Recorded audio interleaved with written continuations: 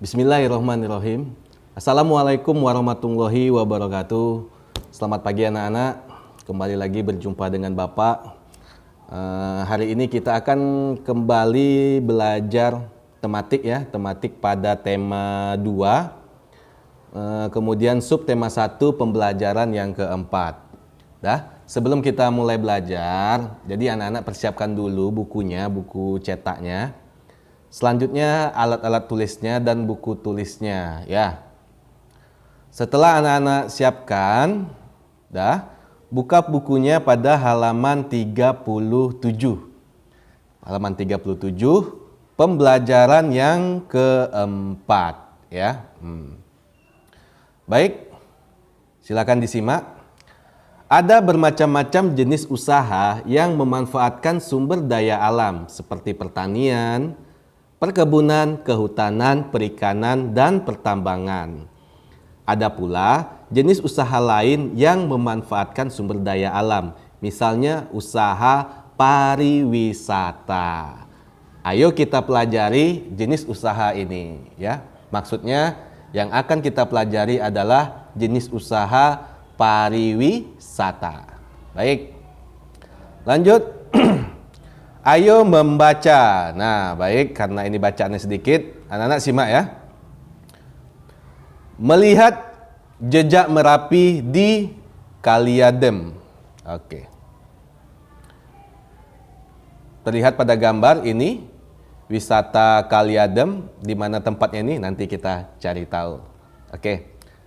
Kaliadem terletak di lereng Gunung Merapi di Yogyakarta. Nah, di Provinsi Yogyakarta itu berada di Pulau Jawa ya.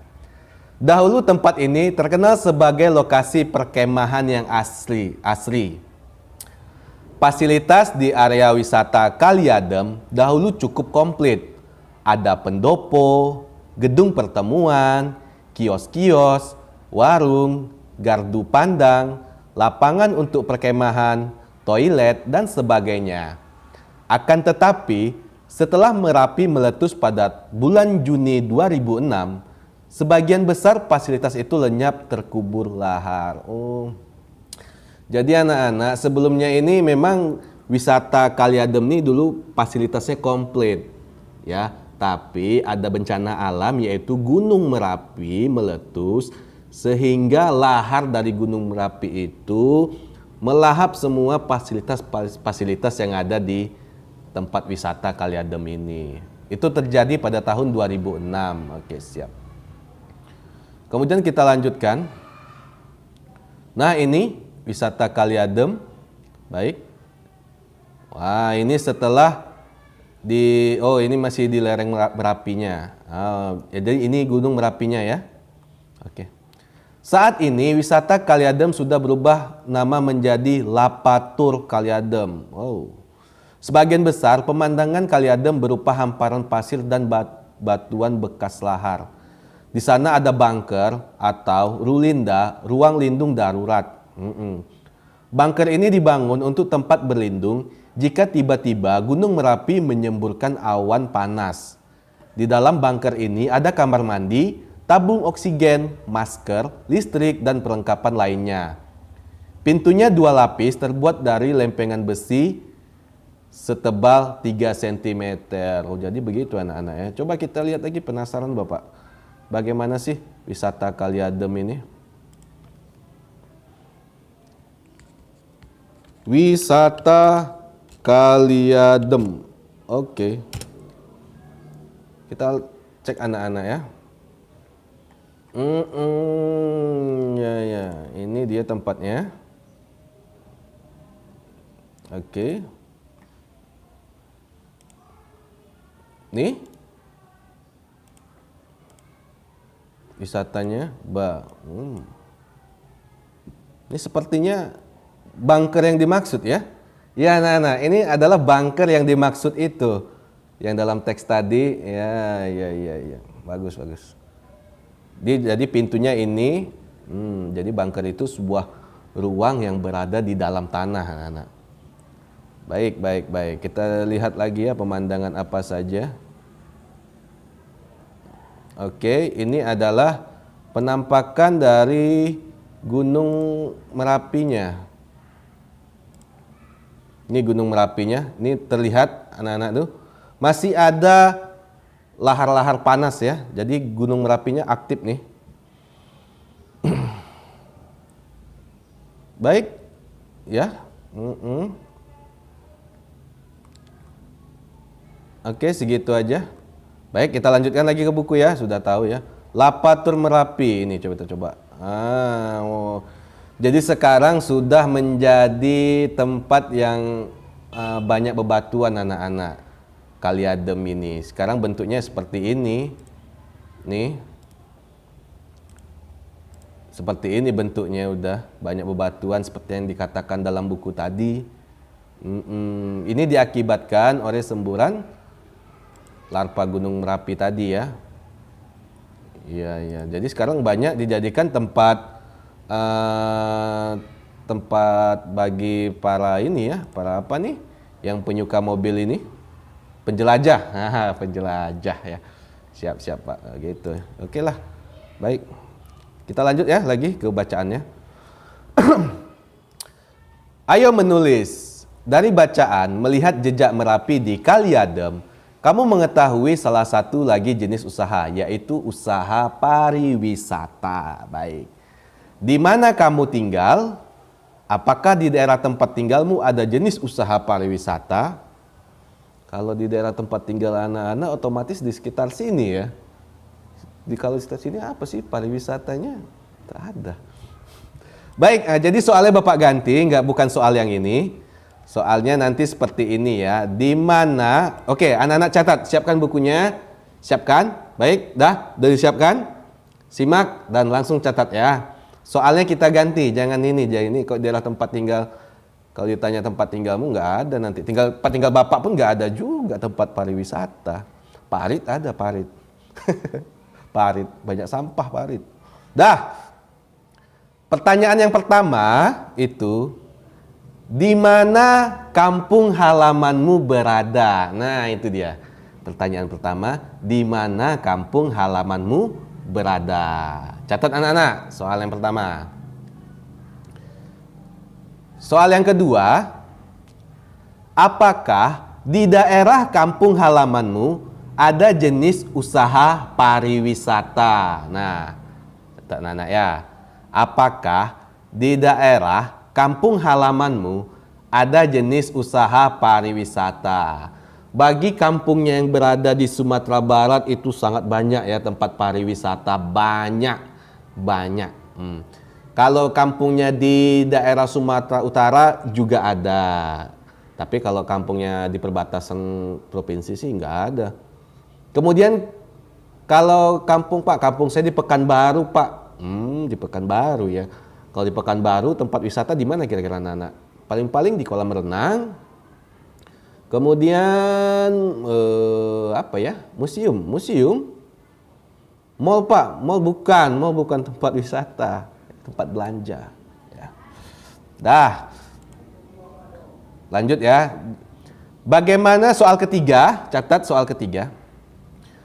Bagaimana pengaruh adanya usaha pariwisata bagi kehidupan masyarakat? Nah ini maksudnya begini anak-anak. Misalnya di daerah kampung halamanmu ada tempat wisata air terjun. Ini misal ya, ada tempat wisata air terjun.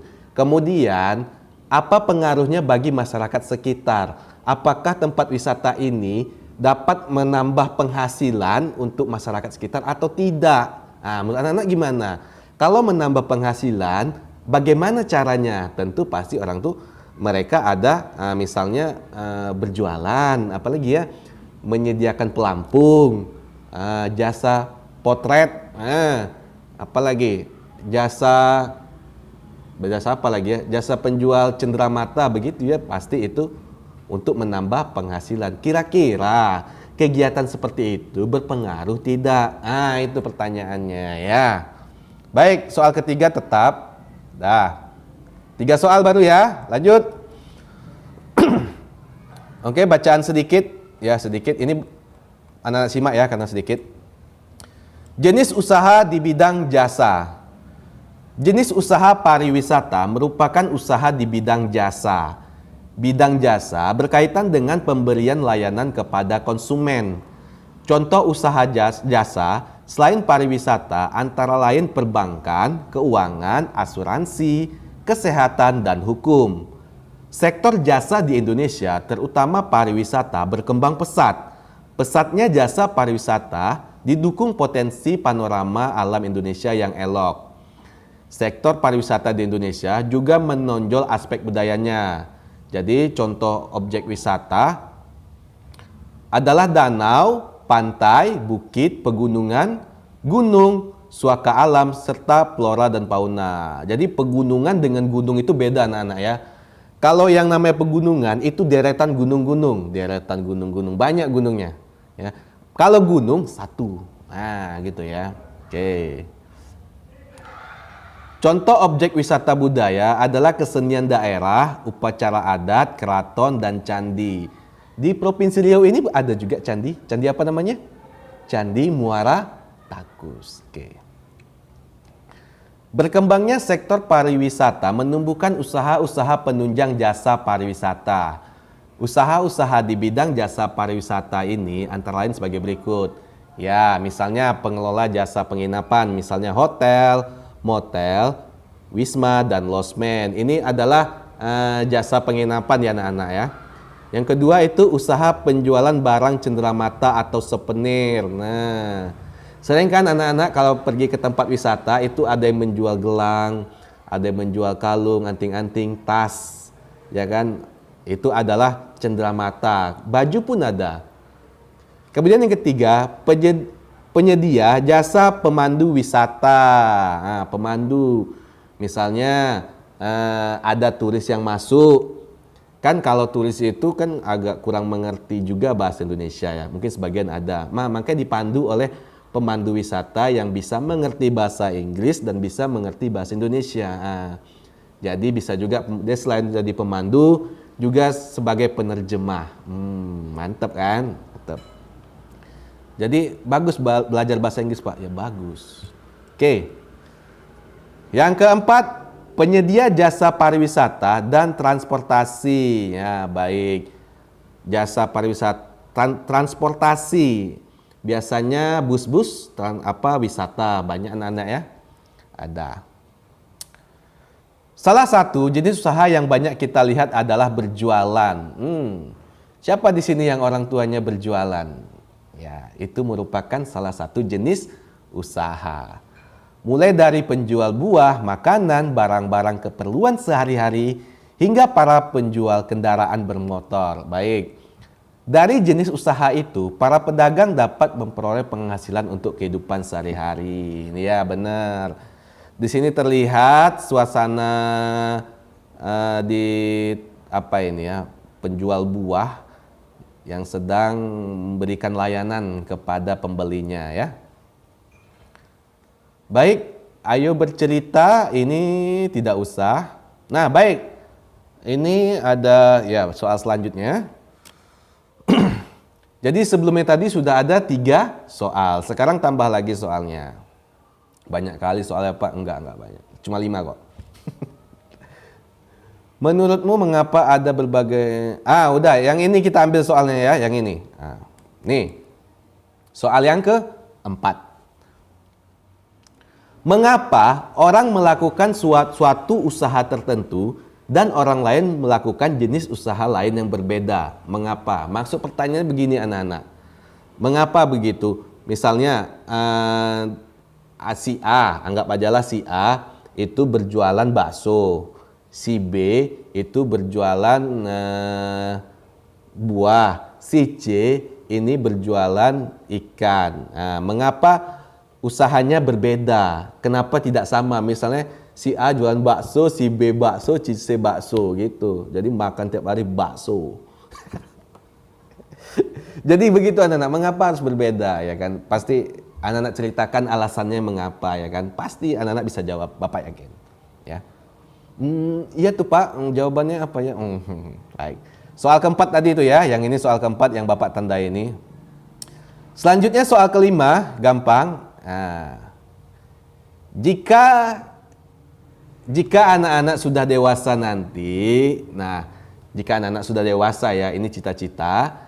Jenis usaha apa yang kira-kira ingin anak-anak lakukan? Nah, jadi bentuk soalnya begini.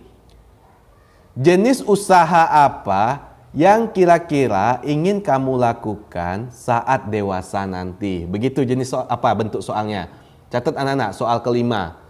Jenis usaha apa yang kira-kira ingin kamu lakukan saat dewasa nanti? Ya, nah, itu soal kelima. Pak, saya nggak mau jadi pengusaha tuh. Mau jadi apa? Mau jadi polisi, Pak? Iya, boleh. Tapi seandainya, kan kita harus ada cita-cita cadangan. Maksudnya begini anak-anak, anggap saya mau jadi polisi. Tapi kalau seandainya polisi nggak jadi, alternatifnya cadangannya apa ya? Jadi tentara misalnya, cadangannya lagi dokter, cadangannya lagi apa ya?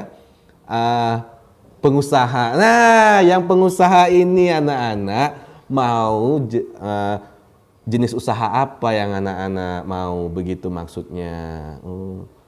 Begitu ya. Saya ingin jadi apa Pak? Penjual grosiran. Bagus. Saya ingin jadi apa Pak? Banyak lah ya anak-anak ya. Silakan anak-anak pikirkan apa yang menjadi cita-cita anak-anak, ya kan? Kalau seandainya bukan ini cita-cita yang pertama, bisa jadi cita-cita cadangannya, ya. Jadi cita cadangannya begitu. Anggap aja lah ya. Mengerti ya? Oke, selesai pembelajaran hari ini. Hari ini kita satu pembelajaran saja ya, nggak usah, karena kita tidak dikejar waktu seperti yang kemarin. Kemarin memang agak sedikit dikejar waktu, jadi makanya satu video ada dua, ini satu saja. Soalnya ada 5. Untuk soalnya silakan anak-anak catat di buku latihan tematiknya, soalnya dicatat, kemudian jawabannya ya dikumpulkan nanti via daring. Sekian video Bapak, lebih dan kurang Bapak mohon maaf. Akhir kata, assalamualaikum warahmatullahi wabarakatuh.